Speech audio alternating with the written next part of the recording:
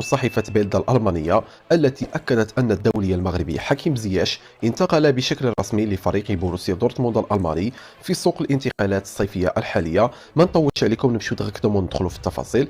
استقر النجم المغربي حكيم زياش على الفريق الذي سينتقل إليه في الميركاتو الصيفي المقبل، بعدما قررت إدارة نادي تشيلسي الإنجليزي الاستغناء عن خدماته في ظل عدم إقناعه للمدرب الألماني توماس توخيل.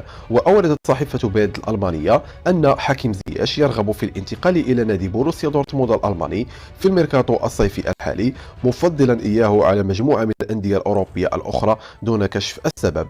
وتابعت أن الدولي المغربي حكيم زياش قرر الارتباط بالفريق الأول الذي اهتم بخدماته، مشيرة إلى أن حكيم زياش سينتقل إلى فريق بوروسيا دورتموند الألماني على سبيل الإعارة مع أحقية الشراء في آخر الموسم. وبحسب ما أجمعت عليه تقارير صحفية أخرى، فإن رحيل زياش عن تشيلسي بات منتظرا، وذلك لرغبة اللاعب أيضا في الانتقال إلى فريق يستطيع معه العودة إلى الواجهة بعد الفترة الصعبة التي مر منها مع البلوز.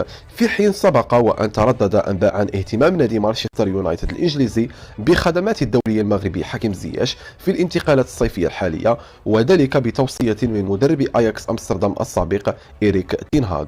الخوت كيف سمعتوا، صحيفة بيلد الألمانية أكدت أن الدولي المغربي حكيم زياش استقر على الانتقال إلى فريق بوروسيا دورتموند الألماني بعد تجربة غير ناجحة مع فريقه تشيلسي الإنجليزي. وأخيرا أراد زياش الانتقال والهرب من جحيم الألماني توماس توخيل الذي همش اللاعب المغربي حكيم زياش كثيرا. ما نطولش عليكم، هادشي اللي كان عندنا في هذا الفيديو. كان معكم أخوكم أمين. تهلاو في راسكم بزاف بزاف، صلوا على الرسول، في أمان الله.